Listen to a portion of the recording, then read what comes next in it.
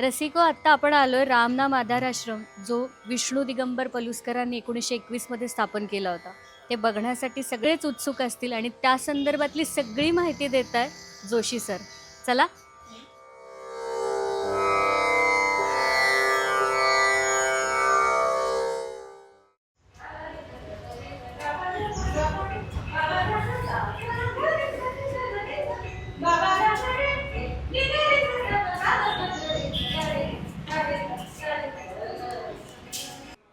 नमस्कार रसिको हो आणि विद्यार्थी मित्रमैत्रिणींनो.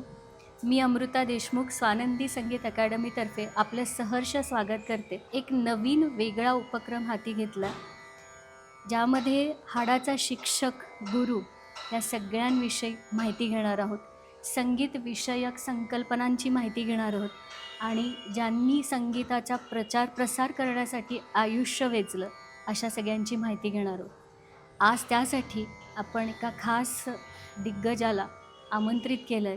त्यांना नाशिकमध्ये भाऊ जोशी म्हणून ओळखलं जातं. असे श्री आपले लाडके कमलाकर जोशी सर. नमस्कार. नमस्कार सर. तुमचं कार्यक्रमात खूप स्वागत आहे. आणि लहानपणापासून खूप उत्सुकता होती, काही प्रश्न होते मनात तुमच्याविषयी, तुमच्या बालपणाविषयी. हे सगळं तुम्हाला विचारायचं होतं. तर सुरुवात करूया आपण तुमच्या बालपणाविषयी. यस, धन्यवाद अमृता. माझं बालपण या वास्तवमध्येच गेलं. श्रीराम आधार आश्रम ही पलुस्करांचे वास्तव आहे. यामध्ये वडील माझे सेवेला होते आणि पलुस्करांनी त्यांना इथे शिष्य म्हणून ठेवून घेतलं होतं. आणि त्यांचा म्हणजे आवाज चांगला असल्यामुळे त्यांच्या सेवेसाठी त्यांना वडिलांना इथेच त्यांनी एक आसरा दिला, म्हणजे घर घेऊन ठेवलं. इथे बाजूचे घर आहे, इथे मी राहत होतो. हां, तर त्यांना इथे घर दिलं. नंतर पलुस्करांच्या स्नुषा ज्या होत्या, गंगाबाई पलुस्कर, तर गंगाबाई पलुस्करांनी मग वडिलांना इथे ठेवून घेतलं, इथे सेवेसाठी, महाराजांच्या सेवेसाठी आणि इथे काही कार्य करण्यासाठी. तर मग वडिलांनी सगळे त्यांचं म्हणजे काय म्हणतो आपण, लग्न कार्य वगैरे सगळं त्यांनी केलं. आणि त्यांना पण इथे नाशिकमध्ये येण्याआधी ते कुठे राहत होते वडील? वडील म्हणजे नगर जिल्ह्यात होते. नगरमधून ते इथे आले नाशिकला. अच्छा. हां, म्हणजे ते कसं काय, म्हणजे पलुस्करांची त्यांची ओळख आधी नाही, पलुस्करांची त्यांची ओळख अशी नाही, पण इथे पलुस्करांचं स्थान होतं. त्यांच्या चुलत्यांनी त्यांना इथे आणलं, इथे आले ते घेऊन. अच्छा. हां, मग त्यांना इथलं कार्य माहीत असेल असं मला वाटतं. त्यामुळे त्यांनी कोणीच आधार नसल्यामुळे मग पलुस्करांच्या इथे आधारासाठी ते आले. म्हणजे साधारण ते किती वर्षाचे असताना त्यांचे आई वडील गेले? हां, ते सगळं म्हणजे मला वयाच्या 10व्या का 12व्या वर्षीच गेले असतील. अच्छा. हां, आणि त्यांच्या 22-23मध्ये वडील इथे आले. अच्छा. हां, मग वडिलांचं पुढे कार्य इथे सुरू झालं. मग त्यांनी क्लास वगैरे घेतले. नंतर ते पण माझे ट्युशन घेत होते संगीताचे. हो, संगीताचे ट्युशन घेत होते. म्हणजे मग ते पूर्वी कसं होतं की काही असे मोठे लोक असायचे किंवा म्हणजे इथे येऊ शकत नव्हते असं, म्हणजे त्यासाठी वडील घरी पण ट्युशन करायला जात होते माझे. मग ते हां, म्हणजे त्यांनी घरी पण ट्युशन घेतले वडिलांनी. नंतर मी सुद्धा घरी जाऊन ट्युशन केले, जात होतो मी घरी ट्युशन करत होतो. अच्छा. हां, तर मग वडिलांनी मला पुष्कळ मार्गदर्शन केलं या संगीताच्या बाबतीत. म्हणजे बरेच काही तबल्याचे प्राथमिक अभ्यास, पेटीचा प्राथमिक अभ्यास, गायनाचा अभ्यास हा मला वडिलांकडनं करून मिळाला तो. त्याच्यानंतर मग माझं शिक्षण 1975 साली संपलं.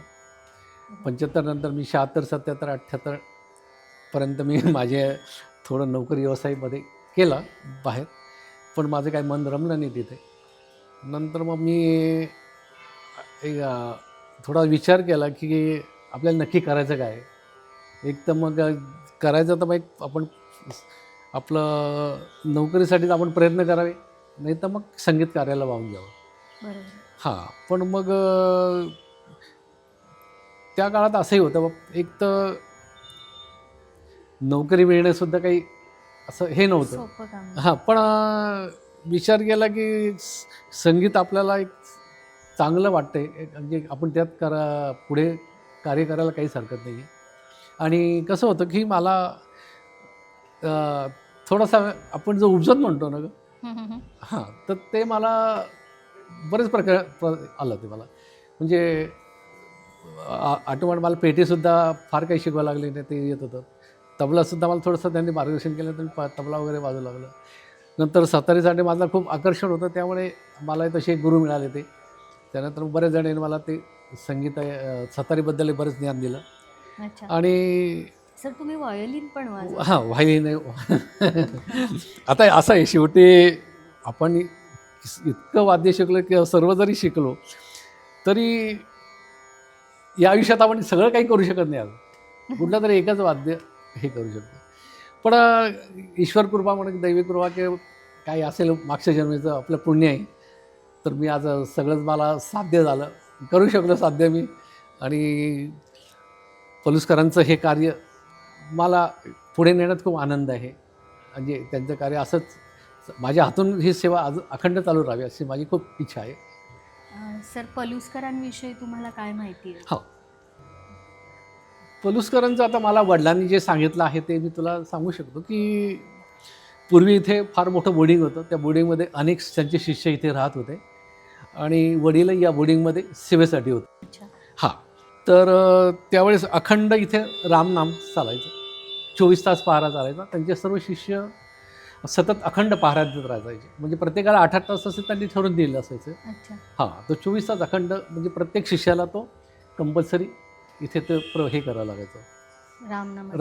ही रामनामादारची वास्तू जी आहे, अच्छा. हां, इथे अखंड पहारा चालायचा. ओके. हां. आणि प्रत्येक हिचं जे बांधकाम झालं हे प्रत्येक याच्यामध्ये रामनामाने ही अधोरेख झालेली वास्तू आहे. अच्छा. म्हणजे प्रत्येक शिष्यांनी इथे अखंड सेवा चालायची रामायण. आणि पलुसकर जे होते ते आपल्या काळाराम मंदिरामध्ये रामायणाचे पाठ करत होते. हो. हां, असं. आणि मग त्यांचं इकडे येण्याचं प्रयोजन कसं? म्हणजे ते कोण? नाशिकमध्ये कसे काय आले पलुसकरजी? हां, पलुसकरांनी नंतर मग हे आपलं म्हणजे संन्यासवृत्ती घेतली, विरक्ती घेतली. आणि रामायणाचे पाठ रामनामाचं हे करण्यासाठी, अखंड रामायणाचे पाठ करण्यासाठी त्यांनी नाशिक आलेले. पण त्याआधी ते कुठे होते? त्या अगोदर त्यांचा भारत भ्रमण दौराच होता ना सगळीकडे. हो. हां. अच्छा. आणि मिरज इंचलकरंजीला त्यांचं मूळ स्थान आहेच ते असं होतं. ओके. अजून सांगायचं म्हणजे की माझं जे सगळं जे हे काम हे आहे, मी उभं आहे, हे सगळं मी त्याचं श्रेय माझ्या वडिलांना देतो. आमच्या गंगाबाई पलुसकरांना देतो, त्यांच्या स्नुषा आपल्या पलुसकरांच्या. आणि पलुसकरांचं हे जे कार्य चालू आपण ठेवतो आहे मी, याच्याबद्दल मला खूप अभिमान आहे की आपण त्यांचं कार्य चालू ठेवतो आहे. सर आम्हालाही खूप अभिमान आहे या गोष्टीचा. कारण एक कलाकार आणि शिकवणं, त्या एक कलाकार असणं आणि त्याला शिकवता येणं, ह्या दोन वेगळ्या गोष्टी आहेत. म्हणजे स्टेजवर रंगवणारे एक वेगळ्या कॅटेगरीमध्ये जातात आणि शिकवणारे हे एक वेगळ्या कॅटेगरीमध्ये जातात. तर शिकवता येणं ही वेगळी कला आहे असं मला वाटतं. आणि ते काम आम्ही तुमचं जवळून बघितलं. म्हणजे मला सगळ्या श्रोतांना आवर्जून सांगावंसं वाटतं, जेव्हा आम्ही सरांना भेटायला कधी गेलो आणि बोहरपट्टीच्या क्लासमध्ये, सर जर सतार वाजवत असतील तर आम्हाला खूप वेळ तिथे बसून राहावं लागायचं. इतकी तल्लीनता सरांची सतार वाजवण्यामध्ये, त्यांच्या स्वतःच्या रियाजामध्ये आम्ही बघितली आहे.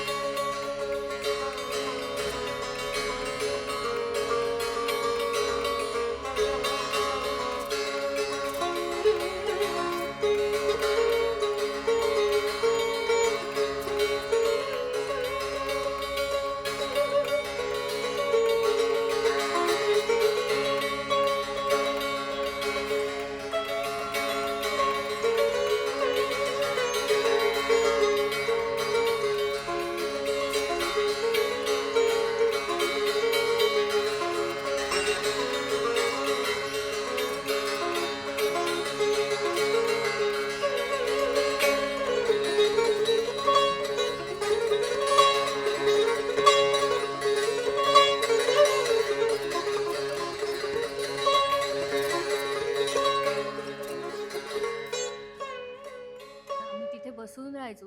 सरांचं जेव्हा वाजवून पूर्ण व्हायचं आणि सर जेव्हा डोळे उघडायचे तेव्हा त्यांना कळायचं की विद्यार्थी इथे येऊन बसलेत, आपली वाट बघतायत. तर हेच सर अजून म्हणजे ही काय म्हणूया ईश्वरी तल्लीनता आहे.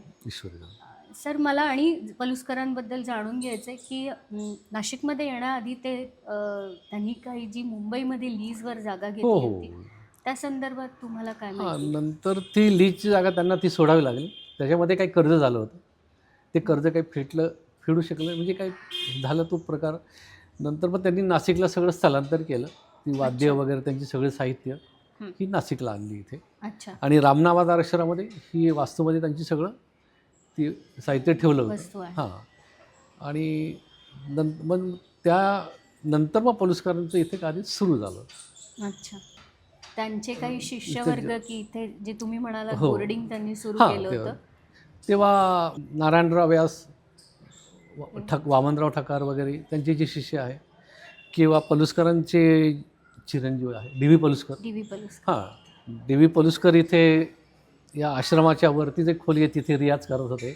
अच्छा. त्यांचं मौंजी बंधन वगैरे सगळं इथेच झालं. अरे वा. आणि त्यांना इथे नारायणराव व्यास आणि शंकरराव व्यास हे दोघे त्यांना इथे शिकवत होते. अच्छा. ही पूर्व म्हणजे आमचे वडील मला ते सांगायचे. पलुसकरांचं कार्य हे पुढे तुम्ही नेताच आहात आत्तापर्यंत, म्हणजे 2025 पर्यंत आणि पुढेही बरीच वर्ष तुम्ही नेणार आहात. पण त्यामध्ये मला एक नेहमी प्रश्न पडतो की प्रसिद्धी महत्त्वाची, पैसा महत्त्वाचा की विद्यादान महत्त्वाचं? तुमचं काय मत आहे ह्याच्यावर? कारण तुमच्याकडे बघूनच आम्ही काही गोष्टी शिकलो, त्याबद्दल मी नंतर बोलेन. पण तुमचं काय मत आहे याबद्दल? नाही, प्रसिद्धी काय, तर ही आपले जे शिष्य आपण तयार करतो सगळी, ही शिष्य एकमेकांपुढे नंतर जी आपली प्रसिद्धी होती ती प्रसिद्धी. नाही तर माझं पेपरमध्ये खूप नाव येतं आणि काही हे होतं, ती प्रसिद्धी ही नाही. ही माझी प्रसिद्धी आज कसं आहे, आज माझे आता अखंड म्हणजे 82 पासून आज 2025 वर्ष, मला जवळ 42 वर्ष या सेवेत झाली. त्यामुळे ही सगळे म्हणजे माझे शिष्यच माझी सगळी प्रसिद्धी करतात, मला काय करावं लागत नाही, खरं सांगतो त्याला. हां.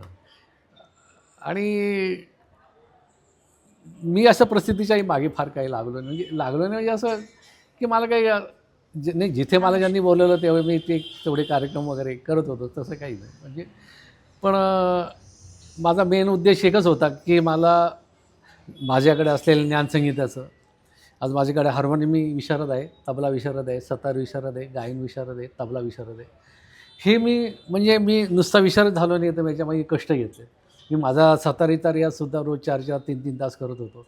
तबल्याचा रियाज 2-2 तास करत होतो. हां, नाही खरं आहे, म्हणजे जे मी केलं आहे म्हणजे एवढंच माझं इच्छा होते की मी जे काही शिकवतो आहे, की जे मी ज्ञान देतो आहे, मी संगीत विशारद मुलांना आता शिकवतो आहे, तर मी आधी परफेक्ट पाहिजे, माझ्याकडे ज्ञान पाहिजे ते देण्यासारखं.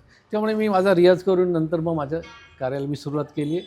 आणि नंतर मग माझं एक समाधान मला वाटलं की आता नाही, मला शिकवता येतं, मी चांगले विद्यार्थी घडू शकतो आणि हे कार्य माझं सुरू झालं. तेच मी मगाशी म्हणलं की मी नंतर सांगेन. मला तेच रसिकांना सांगावंसं वाटतं की प्रसिद्धी आणि पैशापेक्षा दिलेलं किंवा आनंद आणि मिळालेलं समाधान हेच सरांकडनं आम्ही लहानपणापासून बघत शिकलो आणि त्याचा आम्हाला अभिमान वाटतो.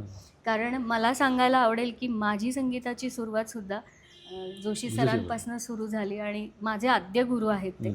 आणि म्हणूनच कुठेतरी असं मला वाटत होतं की सरांविषयी जाणून घ्यायचं आणि त्यांचं बालपण कसं गेलं, पलुसकरांविषयी त्यांना काय काय माहिती, हे त्यांच्याकडनंच ऐकणं पुस्तकात वाचण्यापेक्षा त्यांच्याकडनंच जाणून घेणं मला खूप मोलाचं वाटलं. सर, मला आणि एक प्रश्न विचारायचा पलुसकरांविषयीच की बंदिशींबद्दल त्यांनी ज्या म्हणजे ठुमरी वजा बंदिशी आल्या त्या, ज्याच्यामध्ये सतत वर्णन असायचं, सौतन के घर, सासन नंदरी, ह्या गोष्टींना त्यांनी छेद केला. बरोबर. तर त्याचं म्हणजे त्या काळामध्ये तशी गरज का भासली, म्हणजे काय नेमकं त्याबद्दल सांगा.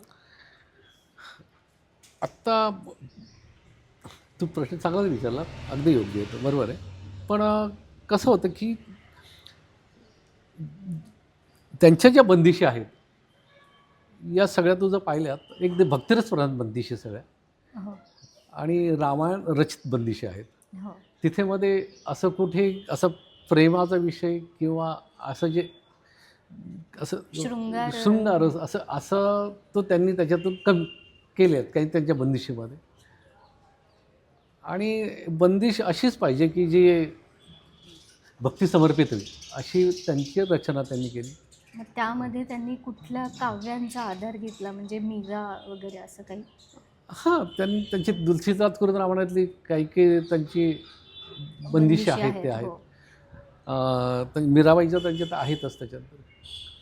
आणि स्वतः पलुसकरांच्या काही रचना अशा त्यांनी केलेल्या आहेत जे आपल्याला आजही रागविज्ञानमध्ये विनायकराव पटवर्धनांच्या पुस्तकात पाहायला मिळतात. हो. की पंडित पलुसकर रचित रचना म्हणून हो. आजही ते आहेत. सर, तुम्ही म्हणालात की तुमचे वडील साधारण 1922च्या आसपास इथे नाशिकला आले, तर पलुसकर जवळपास 1931 पर्यंत इथे होते.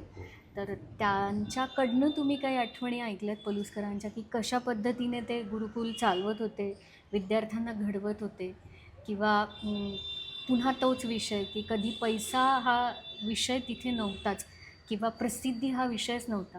आणि त्यांच्या म्हणजे मी जेवढं काही वाचलं त्याच्यातनं की रामाची भक्ती शास्त्रीय संगीतामधून रामनाम अखंड जप व्हावा अशी त्यांची इच्छा होती रादर. तर तुम्हाला काही माहिती याच्याबद्दल, म्हणजे जे तुमच्या वडिलांकडनं तुम्ही ऐकलंय?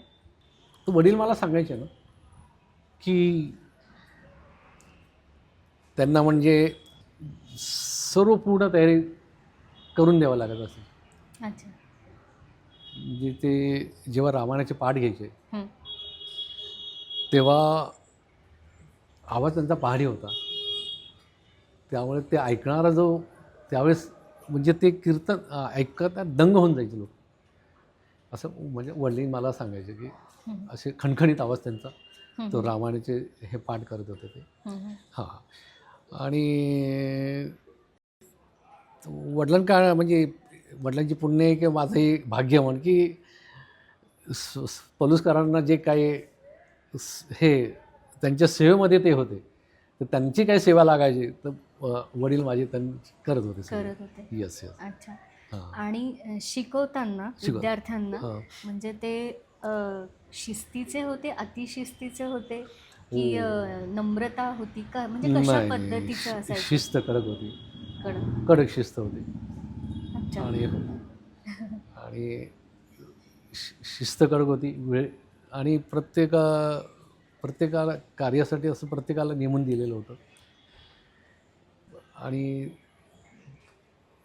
रियाज वगैरे हे अखंड चालूच राहायला पाहिजे असं त्यांचं हे होतं.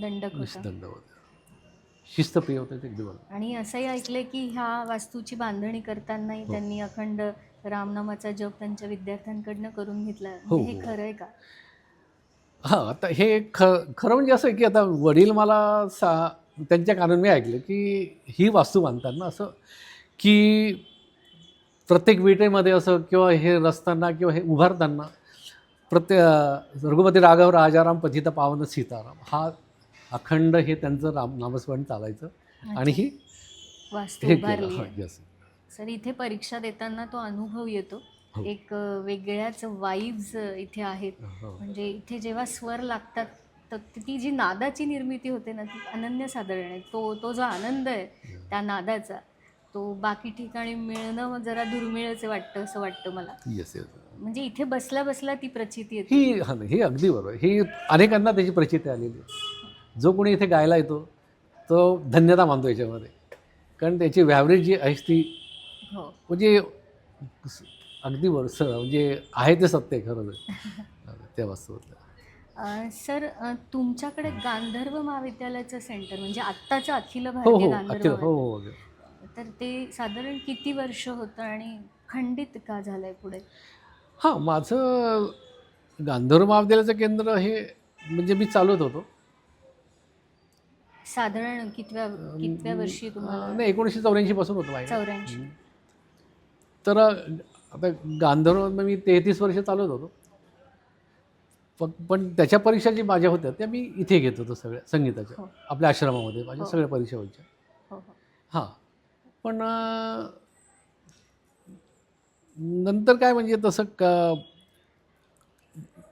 म्हणजे एक तर माझं कार्य अजूनही लोकांना माहिती आहे की इथे परीक्षा होत होतं. कशा पद्धतीने हो. होते ते कसं कार्य म्हणजे हे आणि चांगलं असं म्हणजे व्यवस्थित चालायचं कार्य अगदी आणि एक आनंद असायचा की इथे आपल्या मंडळाच्या परीक्षा होत आहेत. पण पलुसकरांचंच कार्य पुढे चालतंय इथे परीक्षा हो होणं हो असं होतं. पण नंतर इथलं कार्य माझं खंडित झालं. पण तसं इतकं त्या केंद्र बंद होण्याच्या इतकं असं काही घडलेलं नाही आहे ते अच्छा. किंवा एक थोडंसं एक मला म्हणजे केंद्र पाहिजे असं हे काय माझा विचार नाही. फक्त पलुसकरांचं कार्य पलुसकरांचे जे काही परीक्षा असतात किंवा सत्र असतं इथे चालू राहावं हीच माझी इच्छा आहे. तर हे मंडळाने इथे एखादं जर केंद्र दिलं व्यवस्थापकांना म्हणा ट्रस्टींना हं, हं, हं. किंवा कोणाला की चालणार तर इथलं कार्य अखंड चालू राहील परीक्षेचं. अगदी बरोबर. हां आणि कसं त्या वास्तूमध्ये त्यांचे कार्य झाल्यानंतर अजूनही लोकांना त्याची परिचिती येईल. म्हणजे आज बरोबर ते आहे. जे शिकतायत की ते हे एवढं अजूनही खूप लांबनं ना लांबनं लोक हो येत हो होते. अजूनही काही लोक नाशिकमध्ये असताना सुद्धा इतकं त्यांना माहिती की पलुसकरांची एवढी मोठी वास्तू इथे असं आहे.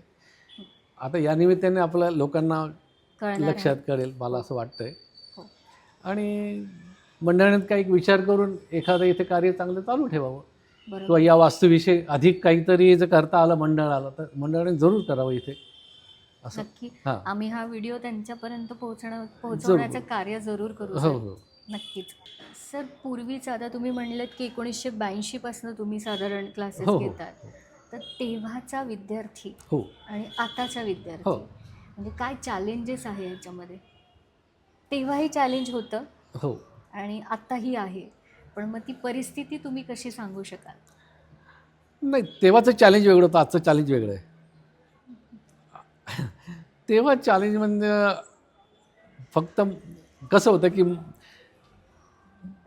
चांगल्या मार्काने पास होणं किंवा चांगले मार्क मिळवणं असं. आणि तेव्हा अशी इतर काही ॲक्टिव्हिटीज होत्या ज्या आज आहेत त्या बरोबर. त्यावेळेस नव्हत्या. बरोबर. ते किंवा शाळेमध्येही हां इतका स्पॅन नव्हता की हो काही 3 वाजेपर्यंत शाळा मुलं yes, yes.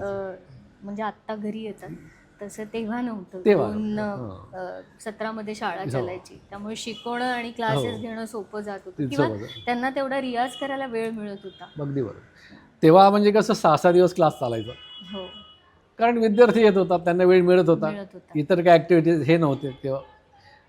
आणि मन लावून तो विद्यार्थी शिकत हळूहळू होता. तो 4 दिवसावर, मग 3 तीन दिवसावर, हो, मग तो 2 आता आणि आता एकाच दिवसावर 2 येतो. 2 दिवस म्हणजे आता 1 दिवस किंवा 2 दिवस झाला तो. हां. पण तेव्हाचा विद्यार्थी एक चांगल्या प्रकारे घडला जायचा हे तुला सांगतो मी बरं का. म्हणजे काहीतरी आपण त्याला ज्ञान देत होतो, तो घेत होता आणि अभ्यास करत होता. आता आता विद्यार्थ्यांना आपण रियाज साधना किंवा हे अभ्यास सांगावं तर तो नाही त्यांना म्हणजे ते साधना नाही वाटत होता. आता फक्त एक किंवा साधना हा शब्द समजायलाच सम त्यांना खूप वेळ लागतो असं वाटतंय मला. अगदी बरोबर आहे. Yes yes yes. किंवा रियाज हां. याचा मतितार्थ साधना आहे की जी परमेश्वरापर्यंत पोहोचवण्याचा एक मार्ग आहे. होय. ते समजवणं हल्लीच्या पिढीला थोडं अगदी बरोबर. डिफिकल्ट जातंय.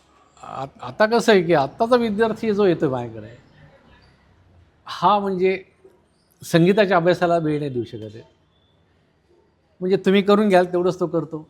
जेवढं शिकवलं तेवढंच तो करतो. वेगळं स्वतःचं काही स्वतःचं करत नाही किंवा अधिक आपल्याला यायला पाहिजे किंवा उत्सुकता असते गाणं आपलं जाणण्याची. गाणं वाढलं पाहिजे किंवा आपण काय जे शिकतोय त्याच्यामध्ये अधिक प्रावीण्य यायला पाहिजे ही भावना भावना नाही आहे. फार पण कमी लोकांमध्ये. हां पण असं आहे की तो संगीत शिकतोय हे ठीक आहे म्हणजे एक चांगलं आहे ते त्याच्या जीवनात एक तो आणि ह्याच्यात काहीतरी त्याला पाश्चात्य गोष्टींचा किती पगडा आहे आत्ताच्या ह्या शास्त्रीय संगीतामध्ये किंवा मुलं तिकडे जास्ती आकर्षित होत आहे असं हे वाटतं. अगदी बरोबर आहे.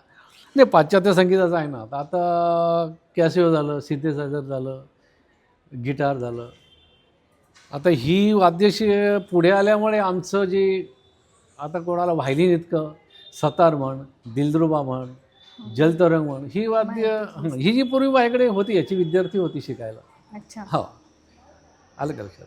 म्हणजे माझ्याकडे दिलरुबा पण अजून आहे जलतरंग पण आहे तर पण ही काळाच्या ओघात ही कोणाला माहिती नाही आणि सगळी आता तो खूप बदल झाला आहे म्हणजे पाश्चात्य संगीत याच्यामुळे तो खूप फरक झाला.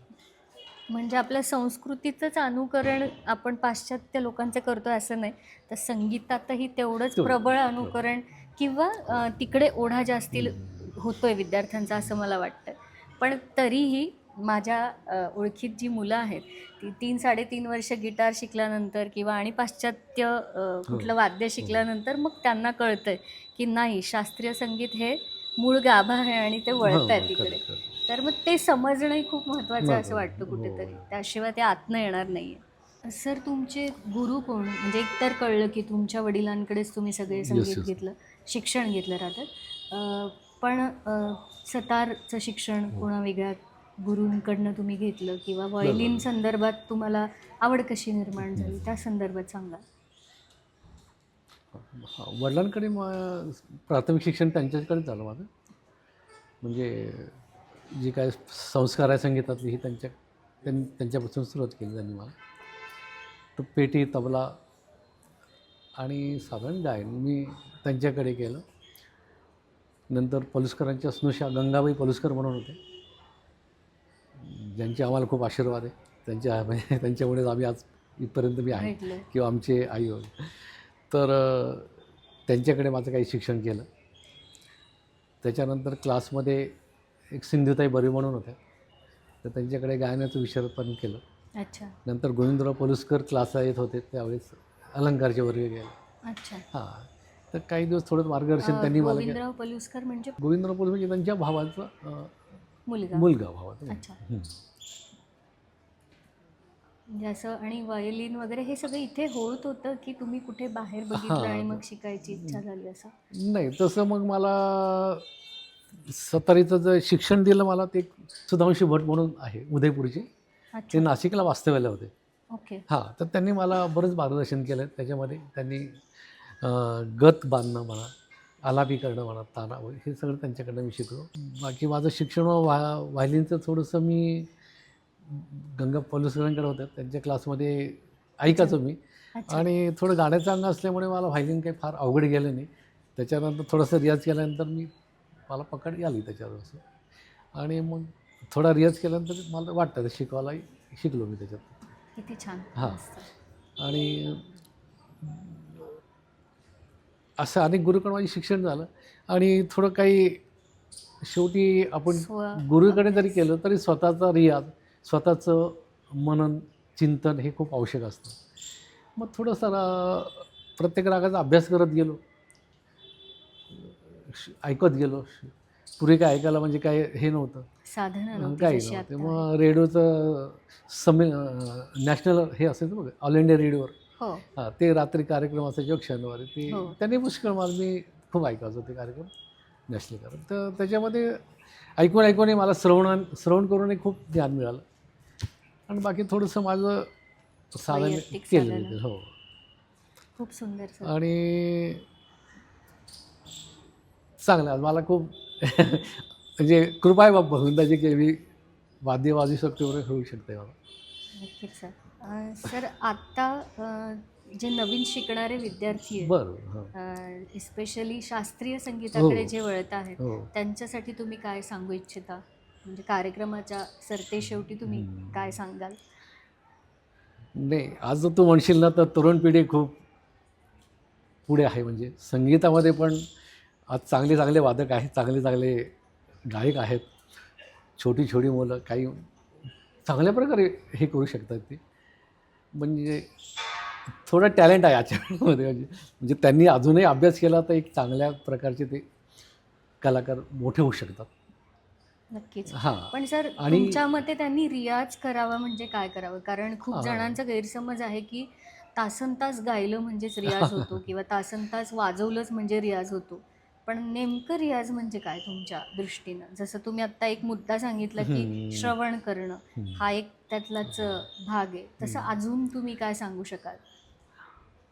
आता रियाज करताना ते एक तास आहे.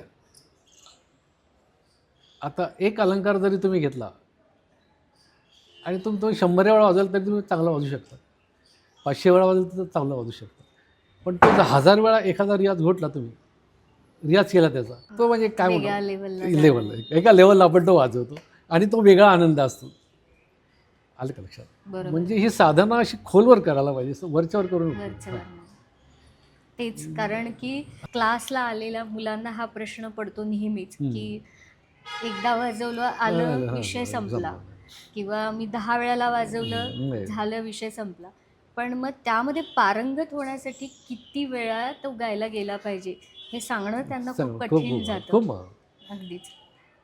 तुमचं हे ऐकल्यानंतर मला वाटतं की जे संगीत शिकतात ते नक्कीच प्रयत्न करतील की एक गोष्ट किती वेळा घोटली जाणं खूप गरजेचं असतं संगीत शिकताना. आणि मी तर म्हणतो षडज पंचम हे जे आहेत ना, ही मूळ स्थान हे तुम्ही अर्धा तास 1 तास लावले षडज पंच लावायला पाहिजे. एकदा तिथे तुम्ही हे झालं तुमचं की तुमचं श्वासावर नियंत्रण येतं, तुम्हाला मधले स्वर श्रुती वगैरे कळून जातात. पण ती साधना पाहिजे किंवा ते एक चिंतन अखंड पाहिजे. बरोबर, नक्कीच. सर आमचे स्नेही आहेत ज्यांची कल्पजित इन्व्हेस्टमेंट प्रायव्हेट लिमिटेड कंपनी आहे नाशिक रोडला, जे इन्व्हेस्टमेंटविषयी मार्गदर्शन करतात सगळ्यांना. मिस्टर अंकुश राहळकर आणि मिसेस निकेता राहळकर, त्यांच्याकडनं हे छोटंसं गिफ्ट तुम्हाला. धन्यवाद. आज ज्या वास्तूत आपलं शूटिंग होत आहे श्री रामनाथ आधार आश्रम, ही पुरातन वास्तू आहे. पंडित पलुसकरांच्या स्पर्शाने पावन झालेली ही वास्तू आहे. तर या वास्तूचं जतन व्हावं, इथे चांगलं कार्य पुढे हे चालू राहावं संगीताचं, आणि पुढच्या पिढीला त्याचं माहिती व्हावी की, तर यासाठी नाशिककरांनी पुढे यायला हवं आणि मंडळाने या थोड्या वास्तूचा थोडा उद्धार करावा.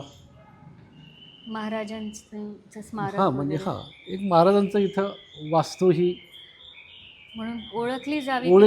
नाशिकमधल्या सगळ्या लोकांना हे माहिती पाहिजे की पलुसकरांनी इथे किती काम केलं आहे, आणि ज्या काळामध्ये शिकलं जात नव्हतं संगीत, आणि त्याचा मोठा त्या काळामध्ये मोठा प्रचार प्रसार करण्याचं काम केलं आहे पलुसकरांनी, आणि तो वारसा तुम्ही पुढे चालवला आहे. तर ह्याची पण कुठेतरी नोंद व्हावी हे सगळं मनापासून वाटतं. त्यामुळे व्हिडिओ बघणाऱ्या प्रत्येकाने याच्यात जे काही करता येईल त्याच्यासाठी पुढे यावं अशी विनंती करते मी सगळ्यांना. आणि कार्यक्रमाच्या शेवटाकडे जातो आता आपण. सर खूप खूप आभारी आहे मी, तुमचा मौल्यवान वेळ दिला आणि इतकी सुंदर माहिती आम्हाला सांगितली, आणि जे काही जाणून घ्यायचं होतं ते नक्कीच आम्ही सॅटिस्फाय झालो या सगळ्या गोष्टींना. आणि तुमचं कार्य असं अजून वर्षानुवर्ष चालू राहावं ही विनंती, आणि खूप शुभेच्छा सर तुम्हाला. नमस्कार.